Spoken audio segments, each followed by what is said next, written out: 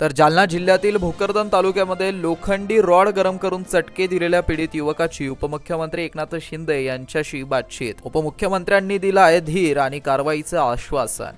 जालना जिल्ह्यातील भोकरदन तालुक्यामध्ये लोखंडी रॉड गरम करून चटके देत अमानुष छळ केल्याची घटना घडली असून यातील पीडित युवकावरती सध्या उपचार सुरू आहेत।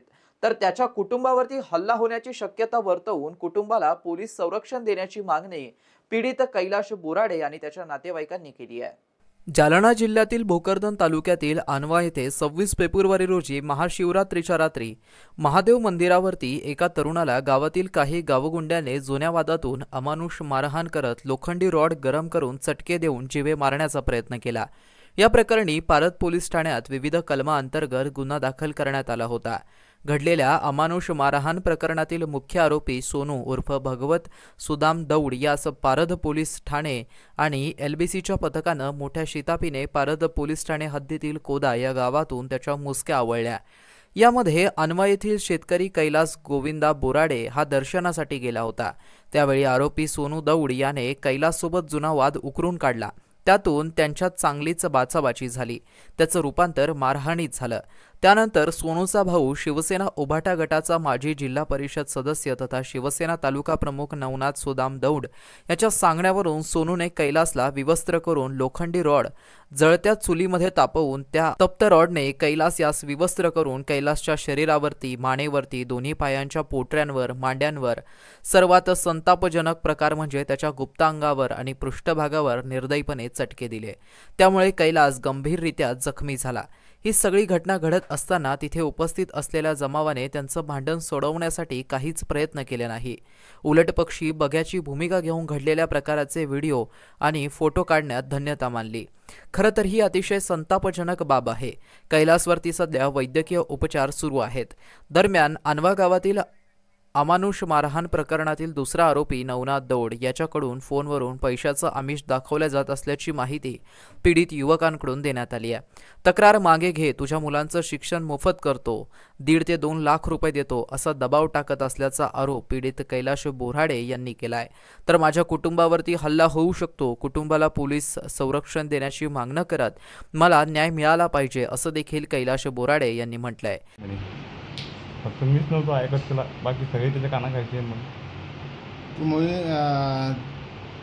एकदा त्याला तुमची त्याच्या हातापाय सुरू झाल्यावर काही लोक तुम्हाला धरायला पण आले होते। त्याला धरायच्या ऐवजी तुम्हाला धरले होते। त्याच्यात ते मला दिसले नाही ना, ते कोण होते। तर मग नंतर ते लोटलात केल्यानंतर मला ते धामधूममध्ये इतकं समजलं नाही। नाही, त्या व्हिडिओमध्ये आहे तुम्हाला धरपकड करताना त्याला मोकळं सोडतात आणि तुम्हालाच धरतात। धामधूम करणं ते मला समजलं नाही दादा कोण आहे तिथं। ते म्हणजे हात मला जास्त बोलायचे, शाद्याचे काही बोलायचे, तू जास्त मला दर्शवते का, तुला दाखवतो, पाहतो त्या मागं कोण येतं, कोण तुला काय करतं पाहतो मी। ते म्हणजे ते जास्त हुकुमसाहेबांनी करतं तिकडे त्याची नवनाथ पाटलाची त्याची। अच्छा, तिच्या जमावर तर कुठतो नाही, तर मी त्याचं काय केलं। याच्या पुरी तुम्हाला मारण झाली का? एक दिवस मारलं सर त्यांनी। कधीकडे? 1-1.5 महिना झाला असं त्या पाईपलाईनच्या काळात। त्याच्या म्हणजे त्या टायमामध्ये छातीत बघून तोंडावर बुक्के मारले त्यांना माझ्या। मग कसं मी थोडं घाबरलो आणि तेव्हापासून घाबरल्यानेच होतो मग मी त्याच्यापासून। हां, तेव्हापासून असं वाटायचं की बाबा हे कसंही हे लोक पैशावाले आपल्यापेक्षा काय आपण साधे लोक मारू शकतो कधी पण। नवनाथ दौड याला अटक न झाल्यास येत्या 10 तारखेला जिल्हाधिकारी आणि पोलीस अधीक्षक कार्यालयावरती मोर्चा काढणार असल्याचं ओबीसी नेते नवनाथ आबा वाघमारे यांनी सांगितलं आहे। खरं तर आणवा गावातील अतिशय गरीब कुटुंबातील अगदी छोट्याशा पात्र्याच्या शेडमध्ये राहणारा कैलास बोराडे, जे धनगर समाजातील, मेंढपाळ समाजातील छोटा आणि गरीब कार्यकर्ता, ज्याच्या अगदी महाशिवरात्रीच्या दिवशी ज्या गावातील गावगुंड नवनाथ दौड आणि त्याचा भाऊ भागवत उर्फ सोन्या दौड यांनी अतिशय निर्दयीपणे म्हणजे राक्षसी प्रवृत्तीला शोभल असं कृत्य करून कुठेतरी अगदी म्हणजे गरम करून रॉड अगदी लालबुंद करून लोखंडी रॉडने, लोखंडीच्या सळाईने अगदी 30-35 ठिकाणी शरीराला चटके देण्याचं काम केलं, ज्यामध्ये खोलवर ते घाव गेलेत. अगदी तो कैलास बोराडे अगदी वेदनेनं विवळत आहे, परंतु अद्याप त्या मतदारसंघाचा आमदार संतोष दानवे याला अधिकाऱ्यांना धमक्या द्यायला वेळ आहे, त्याला अधिकाऱ्यांना कार्यकर्ते पाठवून मारहाण करायला वेळ आहे, त्याला अधिकाऱ्यांना दबाव टाकून हे म्हणजे मागं घेण्यासाठी दबाव टाकण्याला वेळ आहे. परंतु त्या मतदारसंघामध्ये ज्यांच्या बापापासून ज्यांच्या वडिलापासून यांना खासदारकी दिली, आमदारकी दिली, यांना मंत्रिपद त्या मतदारसंघातून मिळालं, त्यांना या कैलास बोराडे यांना भेटायला वेळ नाही. खरं तर यांना लाज वाटली पाहिजे. हे एका जातीवादी असणारे ही कुटुंबीय आहे आणि कल्याण काळे सुद्धा खासदार असून तिथे भेटायला आले नाही. आज तर कल्याण काळेंनी कहरच केलाय. कल्याण काळेंनी कुठेतरी जालन्यामध्ये काँग्रेसच्या मोर्चामध्ये ते बॅनर कार्यकर्त्यांचा अवमान करण्याचं काम केलं, बॅनर हिसकावून घेण्याचं काम केलं. म्हणजे ह्या लोकप्रतिनिधींना सत्ता आल्याच्या नंतर सत्तेतून मस्ती येते, कारण सत्तेतून त्याला पैसा मिळतो आणि पैशाची मस्ती ते लवकरच दाखवण्याचं काम करतात.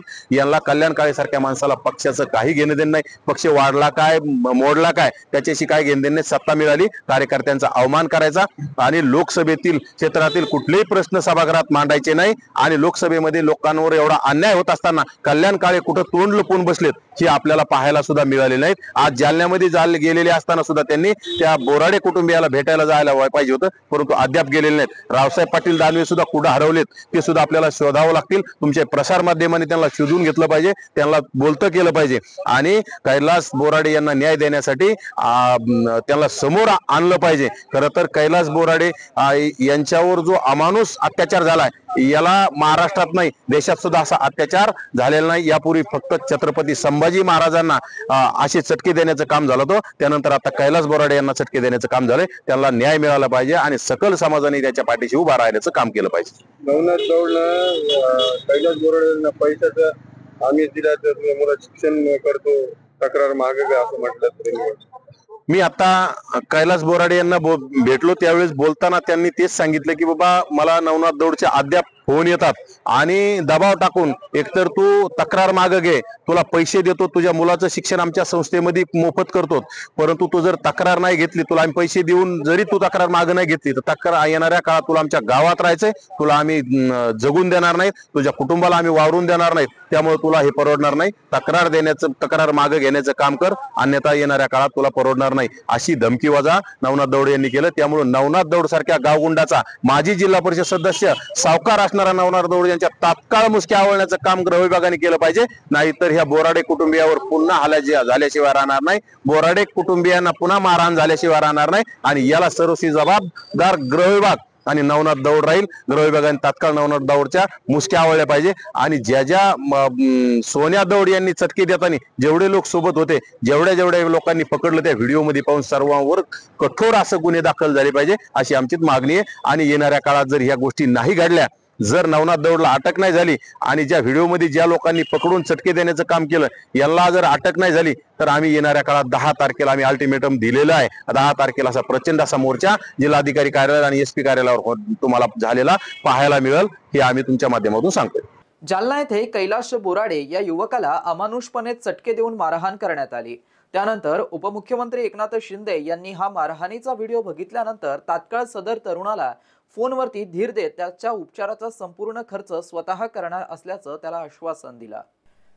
जालना येथे कैलास बोराडे या युवकाला अमानुषपणे चटके देऊन मारहाण करण्यात आली होती. सदर बाब घडल्यानंतर महाराष्ट्राचे संवेदनशील उपमुख्यमंत्री एकनाथ शिंदे यांनी या मारहाणीचा व्हिडिओ बघितला. सदर व्हिडिओ बघितल्यानंतर तात्काळ त्यांनी जिल्हा प्रमुख राजेंद्र जंजाळ यांना हॉस्पिटलला पाठवून सदर तरुणाशी मोबाईलवरून संवाद साधला. त्या पीडित तरुणाची व्यथा ऐकून घेत त्याला फोनवरती धीर दिला व त्याच्या उपचाराचा पूर्ण खर्च शिंदे स्वतः करणार आहे असं आश्वासन देखील यावेळी त्यांनी त्या तरुणाला दिलं. नवनाथ सुदान दौड, त्याचा भाऊ होता एक भागवत सुदान दौड.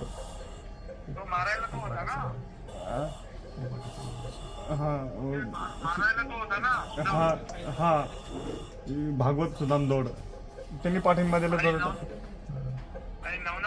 त्यांनी पाठिंबा देऊन तू मारून टाक म्हणे, त्याला मी बघून घेईन म्हणे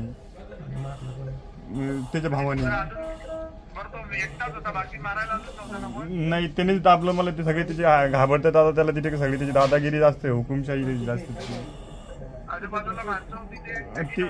ते घाबरतात आता त्याला सगळी. लय डेंजर आहे तेवढ्या राळामध्ये, लय डेंजर आहे म्हटलं तेवढ्या राळामध्ये. तो घाबरते त्याला सगळी. तू काळजी करू नको. हा दादा, तेवढी फक्त तुमच्यावरच भरोसा आहे दादा माझा.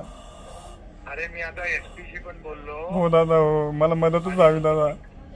खूप गरीब. दुसरं आता हो दादा, मी खूप गरीब माणूस आहे दादा. मला तुम्ही बोलले म्हणजे देव बोलले माझ्यासाठी. तू काळजी करू नको. ते मी आता ह्याला पाठवलंय राजूला, हो दादा, हो राजेंद्रला.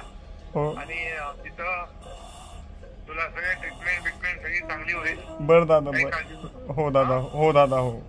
आणि त्या सगळ्यांना मी पूर्णपणे बरोबर कामाला लावून त्यांचीच कामं तेच करा दादा. मला म्हणजे मला उद्याच्याला लय धोका आहे दादा. मी राहतो शेतामध्ये एकटा. माझे आई वडील लंगडे, माझे बाळ आहे बारीक 2 वर्षाचा, एक 4-5 वर्षाचा आहे दादा. टेन्शन घेऊ नको. हा दादा, मी खूप गरीब माणूस आहे बरं का दादा. म्हणजे मी गमवलं म्हणजे माझ्या पाठीमागे माझे आई वडील मरणार 100%. माझे पोरं पण मरणार. अरे बाळा, तुझ्या पाठीमागे एकनाथ शिंदे उभा आहे. हो दादा, उपकार दादा तुमचे महादेवासारखे आले दादा तुम्ही धावून माझ्यासाठी. बस असंच समजेन मी. टेन्शन घेऊ नको. हो दादा, हो. आणि समजा हो, जय भगवंत झाला समजा. हा साहेब. मित्रांनो, ही बातमी तुम्हाला कशी वाटली आमच्या कमेंट बॉक्समध्ये प्रतिक्रिया नोंदवायला विसरू नका. अशाच बातम्या बघण्यासाठी आमच्या YouTube चॅनलला सबस्क्राईब करायला विसरू नका. धन्यवाद.